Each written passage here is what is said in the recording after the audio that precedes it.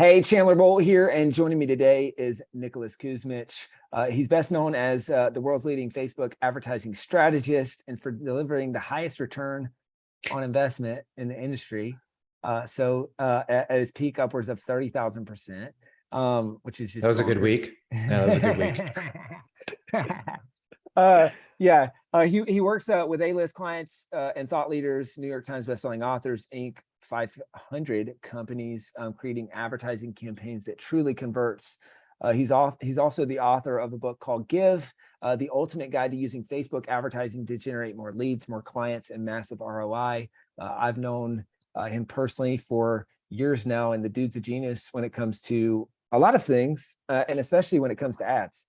If you're watching on the YouTube channel, you see a copy of his book in the background, Give, yes. that red cover. We're going to really dive into a lot of ad stuff. So Facebook ads for authors. This is just questions that we get asked all the time. So I'm excited to unpack using a book to grow your business. Buckle up. It's going to be a fun episode. So Nicholas, great to have you here, man. Hey, Chandler, man, I am so glad to share this time with you. So good to see you the other day and now reconnect and talk about all this. So I'm excited for this conversation. Yes, sir. So why a book to begin with? Why did you decide to write the book, and how did you see it fitting into kind of your business and your priorities? Yeah. So, I wish I could say like I had this intelligent insight and I sat down and the book was part of a much bigger plan and this is where it's going to do what it needs to do, et cetera, et cetera. The reality is, like, I think all of us as entrepreneurs realize that we just need to have a book.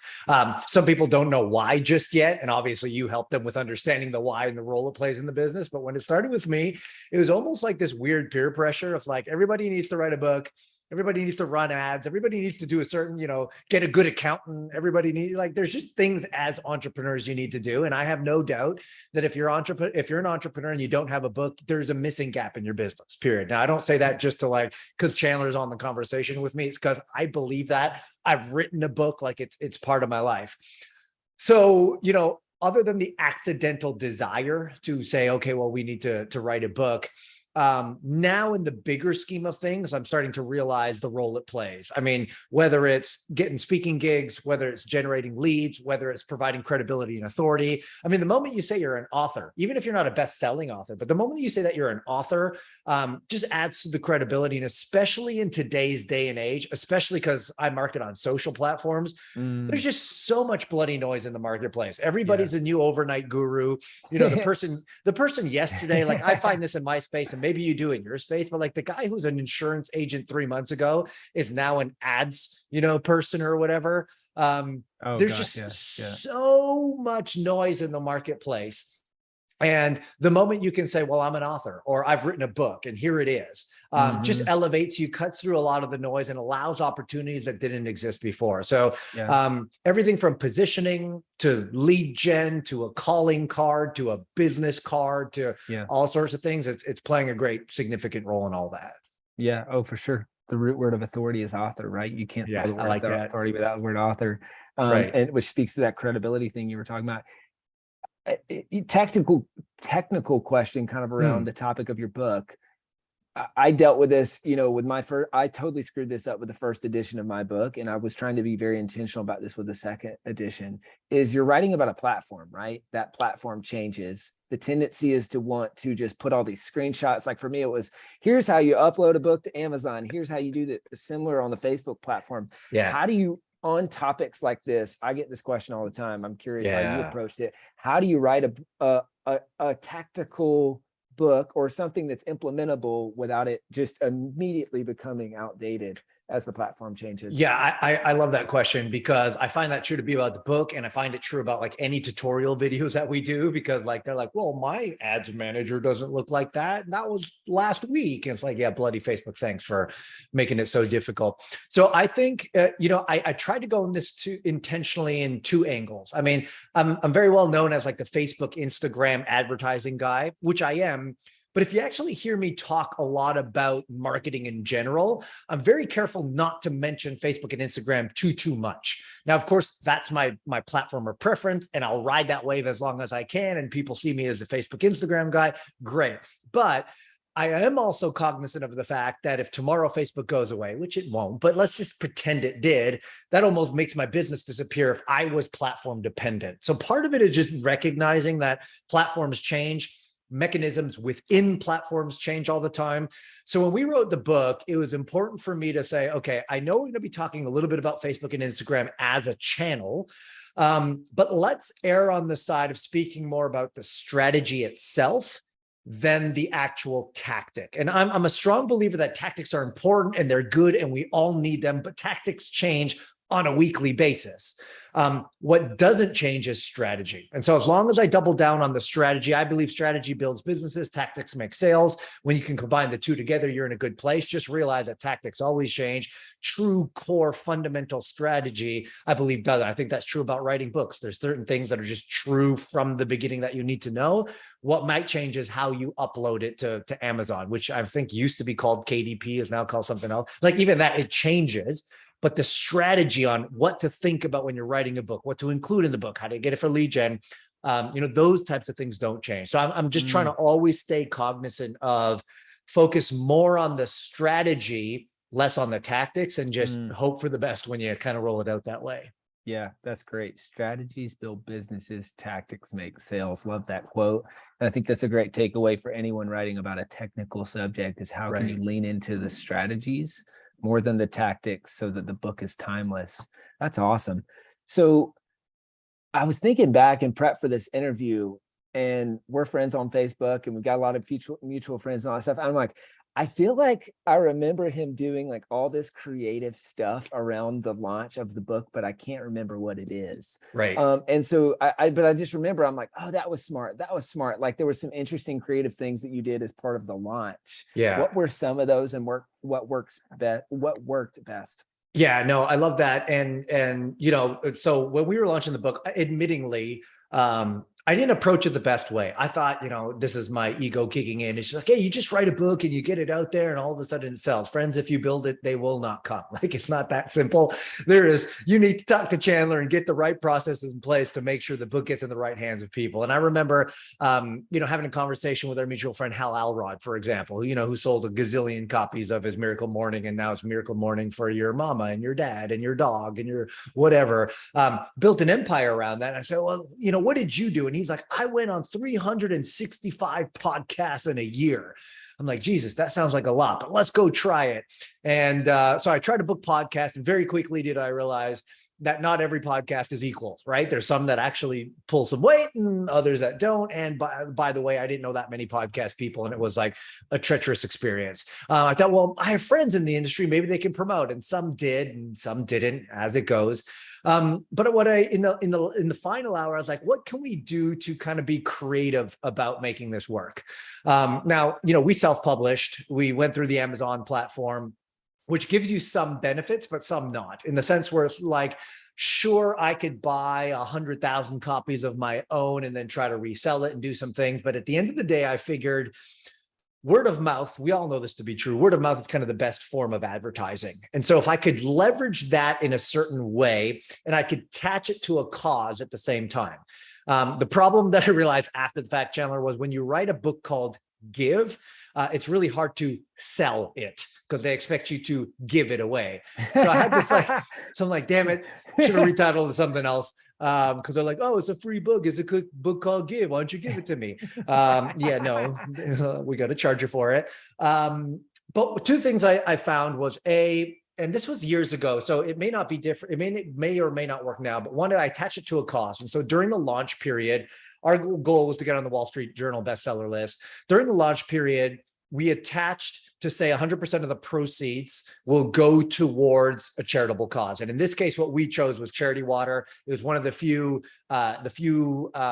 charities at the time where 100% of the donations actually went to the field and did good work rather than 80% going to admin and whatnot. So we said, hey, our goal is 100% of the proceeds go to Charity Water. And not just any cause, like we actually connected it to a location and a well being built and a whole bunch of things, and said, hey, if we can sell this many copies, we can build a couple of wells in these locations. And I think just that connection, we know that true to be Tom Shoes. We know that with 10 Trees. We know that with all these companies. when you can go like that triple bottom line kind of process, people like to know that they're participating in something that's bigger. So I think that drove a lot of things. The second thing I did, though, that I thought was a little bit interesting was kind of this virality, word of mouth kind of situation. So what we did essentially was we set up a landing page and said, hey, if you buy this book, great, go buy the book. You can buy it from Amazon, buy it from anywhere. But on the thank you page, after the thing was purchased, we said we had a little contest, if you will, a viral contest. And essentially everyone automatically who bought a book was assigned a special link. And once they had that link, we could track all the shares that they did. And so we had this contest where we say, hey, if you sold X number of books, you get a private half-day consultation with me valued at 25 grand. If you sold X copies of the book, you got a copy of all the programs I've ever created in courses, which was valued at 10 grand. If you sold this many, you get this. If you sold this, you got an autographed copy, et cetera, et cetera. And I think that's what really helped, because it drove people to say, again, the initial group of people who were buying my books were obviously people who knew me. These weren't cold people who just had no idea who Nick was. I think if that was my original intent, maybe this viral kind of challenge contest wouldn't have worked. But because there were people who knew me and there was value in booking a half day or getting these courses or getting these programs or getting a signed copy or whatever it was, that allowed for people to get really excited. And so we had some people move like 500 books. We had some people move 20 books. We had some, but the benefit of that was it kind of went viral. And again, I didn't quite understand, or at least I was told that if I was going for the Wall Street Journal bestseller list, that I couldn't encourage bulk buys. I couldn't just be like, hey, Chandler, buy 5,000 copies for me and I'll hook you up, brother. It'll all be good. Because Wall Street Journal will see that as one transaction, unless you were to transact, 5,000 times or whatever. So I had to be creative with like, how can we move volume and how can we do it in such a way where one person couldn't just slap a big check and do a bulk buy? So again, I think the connection to a cause, because the title is Give, and that like viral competition contest that we had on the back end of it really helped to move that first few thousand books and kind of get things out of the water that way. Yeah, that's awesome. Those are great tips. Did you do anything, talk about influencer boxes and kind of shipping influencers copies? Did you do anything about that? Or I feel like, I mean, I guess it's been years back since you launched the book, but I feel like I just remember seeing people post it like crazy. Was that part of some sort of influencer campaign? Was that coincidence? I think it's a little bit of both. I mean, we sent books to all my friends, like anyone who had a bit of following. It feels like it's so long ago that like the term influencer didn't exist back then. I feel like it didn't. I don't know if it did, but I almost feel like it did. But I realized, hey, like, yeah, people like us have, we're fortunate to have great friends and people in the industry. And I sent them basically, and this is something that you even teach. I sent them 2 copies of the book and I'm like, hey, here, keep one, give one away. I think it's really valuable if you do that. But do me a favor and, just post that you have a copy. So wherever you are. And I also encouraged our buyers in the competition to do the same. So what we started to get, and I have all these screenshots, it's great. It's like, hey, I'm in Bali on the beach and it's the book Give with like a Bali beer can beside it. Or like, hey, I'm climbing Machu Picchu and here I am with my book Give. And like, oh, my daughter who's, 4 years old wants to start business and I gave it to her. She didn't read it, but she's holding the book Give. And so a combination of like influencers taking pictures of wherever they were with it, as well as people who are starting to receive copies of the book were taking pictures. I mean, it just kind of went everywhere. Another element that we did is like, anytime I spoke at an event, we gave a copy to everyone who was at the event. And then I made sure that when I was speaking, I said, everybody hold up your book Give. And the photographer took a picture of like 100 or 500 or 1,000 people holding the book Give. And so it just created a little bit of buzz there. There was also certain campaigns, like at that time, I don't know if you remember this, but Starbucks had released their unicorn frappuccino. It was like a pink, purple, and yellow frappuccino, and they were selling it for like $8 or something crazy. And so I told all these people, like, go to Starbucks, order the frappuccino, and hold the frappuccino with a copy of the book beside it, and then put in the meme or the caption, $8 for a cappuccino or like $7 for the book Give, which one will change your life, or something like that. And so like, we're just trying to flow on the trends of the day, and everyone knew these frappuccinos existed. And so we had all these pictures of fraps and the book beside it that kind of helped push things forward. But little small things like that kind of all attributed and helped a little bit. I love it, man. I love it. This is like taking your experience as an advertiser and figuring out attention grabbing hooks and Sure. attention grabbing images, and then leveraging that as a social campaign. Right. Almost, which I think is really smart. So let's maybe segue into that ads piece a bit. So I guess I'll start kind of on the note of what we talked about at the beginning of this interview is strategies versus tactics. So I Sure. think we have a lot of authors that ask about ads, and you've kind of got a few core platforms that our authors are having success on. There's Amazon ads, there's BookBub ads, some on TikTok, some are trying Facebook, some are successful, but I mean, Sure. with a low Most are, margin, yeah. low price product, it's just really difficult, right? Your cost to acquire customers got to be so low, Right. to be able to profitably spend. So Yes. if you zoom out and say strategies, not tactics, Yes. what are 2 or 3 universal strategies that if an author runs ads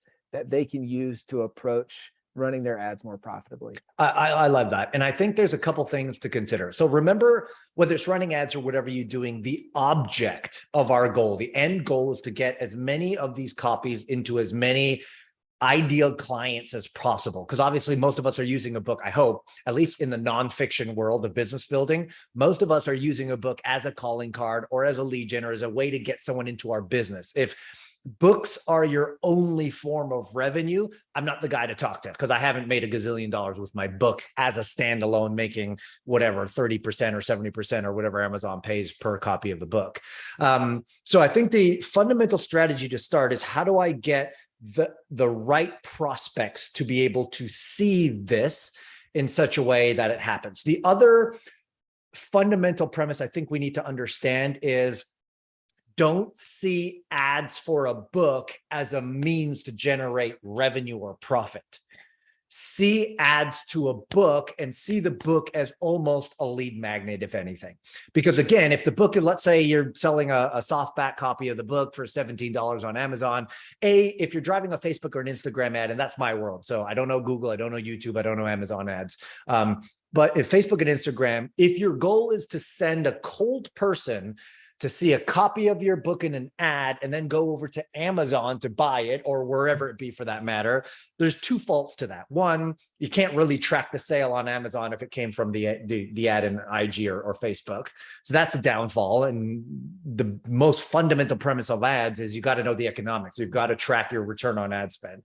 So that's a problem. And secondly, if you're selling a $17 book, the likelihood of the reality of today on social ads, that is you will not get a customer for less than $17. Very highly unlikely for a cold audience.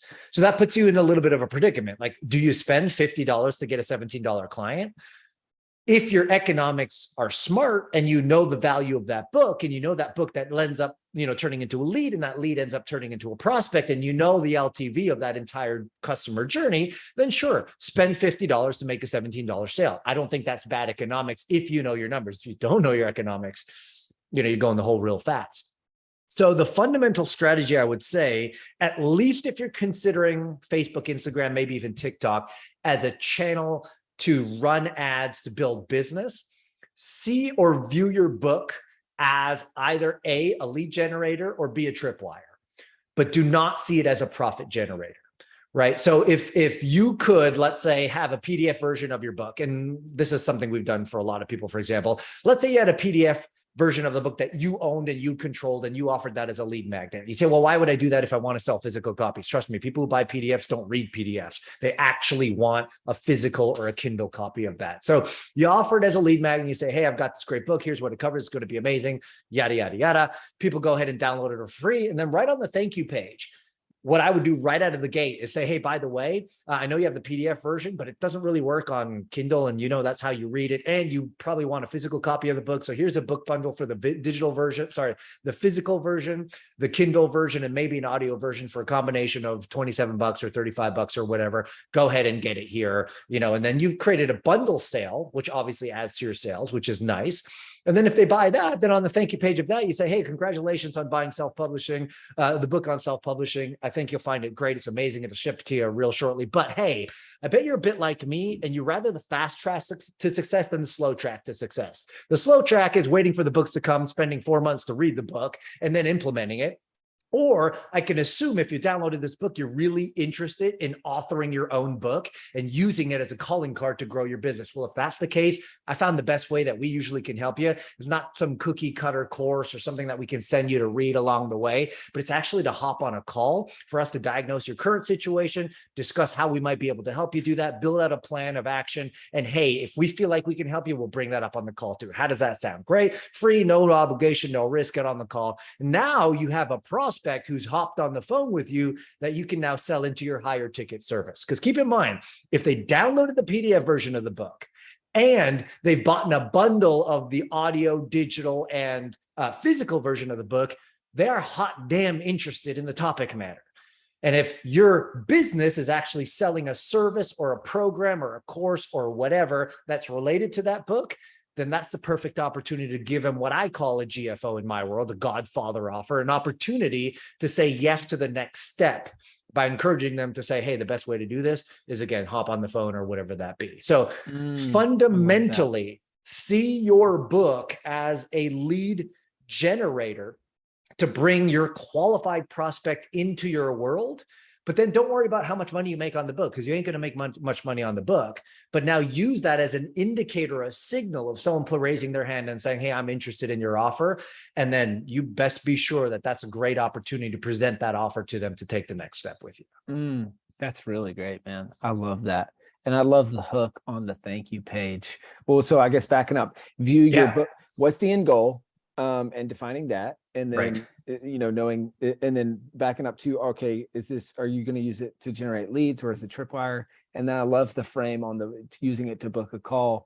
I use a similar frame, and one of the lines that I'd love to talk about is like, hey, the one thing that this book can't do for you is talk to you, learn about your goals, and create a custom plan. So it's like a similar thing, but I love the fast track and slow track a kind of analogy or framework on that thank you page. That's really awesome. Have you done much stuff with free plus shipping funnels, and any pros, cons, lessons learned there? Yeah, we have. And maybe you could speak a little better to this. What we have found is, because back in the day, and this goes back years ago too, everybody was free plus shipping, right? Russell Brunson talking about free plus shipping, Frank Kern talking about free plus shipping, all these big gurus were talking about free plus shipping. And so what happened was the common folk who just wrote their first book was like, well, I'm going to do a free plus shipping model. The problem that I found generally is that if a prospect doesn't know you at all, to try to make a free plus shipping funnel work is a little bit difficult. Now, again, if you just see it as a tripwire and say, hey, for $6.95, we'll send you a book, and you put them through a similar funnel that we just talked about, where you can upsell them to different versions of the book or whatever, and then you could book a call with it, I'm all for it. But what we found is generally people are falling flat, and they're like, well, how come I'm not selling thousands and thousands of free plus shipping? And the answer was because you don't have 1 million followers like Brunson does, or Brendan Burchard does, or Kern does, or whoever does. So we found that it worked great for like internal launches when you had following to warm traffic, or to even what we'd call like endorsed traffic. So JV partners or affiliates, if they promoted for you a free plus shipping, crushed. But if it's you going directly after cold traffic, it was just a harder uphill battle, which is why then I created the whole give a PDF version of your book as a lead magnet, because everyone wants that for free. And then you kind of kick in the free plus shipping idea behind that, again, specifically for cold traffic. If you got warm or affiliate or endorsed traffic, totally different world. You do the free plus shipping, it'll crush. Yeah, that's really smart. I like that a lot. A couple things that we've done that's worked well is doing a free book as part of webinar registration to get that's cheaper. Great. But it's part of the registration, but then it's stuck to showing up and staying to the end. So you use it to boost your registrants, reduce your cost per registrant, but then also to boost your show up rate and your stick rate, right? But then on the free plus shipping, which I've got to for people who don't know what this is, I talk about this in the new book. It's I want to say it's page 181 on I'd be super impressed if you knew the page number. I'm just looking. But I mean, if you just knew, right? Oh, it's page one. That's awesome. I reference this sucker a lot. Oh, there it is. It's page 186. So But I think, because I think you're right, cold traffic, it's tougher to make the numbers work, right? Because what you just alluded to is, kind of the basic math, which you used to, I'll back up and define the term, which for those who don't know, LTV is lifetime value, right? And that's the simple equation is your lifetime value greater than your cost to acquire a customer plus your cost of goods sold. And if you can make that magic work with your free plus shipping funnel, then it'll work, right? But what we've seen, which just perfectly aligns with what you're saying, is tougher on cold because your cost to acquire customers so high, right? That's the dynamic thing in that equation. But really good on retargeting. And so if you have an audience or content engine, like we get a bunch of organic traffic to all of our sites. There was one ad that we did, which I'm talking right now, I'm like, man, I need to go record that ad, re-record it because I've got the new version of the book, but it's so stupid. But I'm hanging a tree and I've got a copy of the book. I'm like, hold up, you're leaving me hanging. You came by our site, like you didn't get my book. What's going on? Like you need to click the link. I'm going to send it to you for free, like that type of thing. And those, I mean, retargeting, it's one of our most profitable funnels is that free plus shipping, but cold traffic, a lot tougher. I think that's what people just have to realize is the context of the traffic. A book is a easy sale to someone who just is aware of you because they're like, oh, I was aware. I saw Chandler's video. I saw his ad. I went on his website. Cool. Obviously, the next step is, hey, rather than paying for the book, if you do a free plus shipping, like, oh, I'm in. But someone who has no idea who you are, it's a little bit trickier again because of the acquisition cost, right? And so that would be another thing. It's like most people, hopefully, again, the book is not the end all be all. You've created a course or you have a service or you have something on the tail end of that. So you just see and think about how the book is the means to that end versus the end in and of itself. Speaking of ads and kind of affiliates, another thing we do this across the board for whatever the offer is, but it works fairly well with books as well, whether it's free plus shipping or go buy the book or the PDF funnel we talked about, whatever it be. But it's this idea of white labeling. So the idea is if you have great JV partners, affiliate, strategic partners, whatever you want to call them. I mean, it's one thing, like I could go, hey, Chandler, I just wrote this book. Hey, man, can you just go post about it and email about it and do all this stuff? And Chandler may or may not say yes, right? Because there's schedules to adhere to. There's promotional stuff that they got to think about. And like, even if I give you swipe files and all that, it's like, it's tedious to get that all into the works. But what we do with ads oftentimes, it's a little bit of an easier yes, is if we say, hey, Chandler, here's the deal. I'm trying to sell this book. I know we're friends. I'll create an affiliate link for you for everybody who buys on the back end of the book. We'll pay you 100%. I'm going to run ads on my dollar to your affiliate link.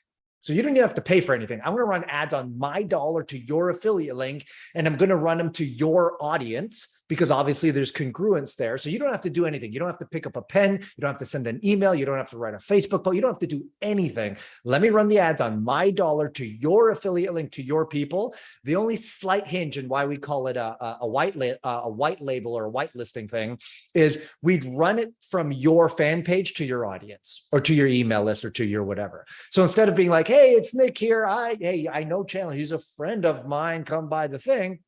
It'd almost be like, hey, Chandler here. Just want you to know, we just talked to Nick. He's got this great book about running Facebook ads, blah, blah, blah, blah, blah. I really think you check it out. Here's what it's doing. It's all great. Go, that sort of thing. And in other words, it's written as an endorsement. But what we have found is that when it comes from the influencer to the influenced or to their own audience, the impact of the conversion rate is much higher than if I were to just target Chandler's audience and whatnot. So but the key point in all of this is oftentimes when we ask an affiliate or a strategic partner or JV partner to do the work for us, they're like, even if we're like, hey, I've got all the swipe files and I've got everything, they're still like, well, we've got our own promotional account, blah, blah. It's just a lot of work. But if I could say, hey, man, I'm going to run ads on my dollar. I'm going to use your affiliate link. You just get paid every single week and you just have to approve the ad to make sure you're okay with it. It makes things a lot better. So that's another creative way to be running ads and utilizing the word of mouth, the referral kind of structure to be able to really benefit from that. Yeah, that's smart. Instead of adding something to their to-do list, you're doing it for them and putting money in their pocket, which believe it or not, is way easier to get someone to Yeah. say yes Yeah. to, It's a right? lot easier. I mean, Okay. it's not guaranteed, Yeah, but yeah, if yeah, they get paid and you're spending your money to promote the yeah, thing and they're like, yeah, I'm like, I'm with you on it. I'd love to promote. I just don't have the yeah. time. Then it's a nice win-win for everybody. That's great. Have you ever done any Amazon ads to your books or other Never. books? Okay. No, I Yeah. don't know the Amazon world at all. Yeah. Yeah.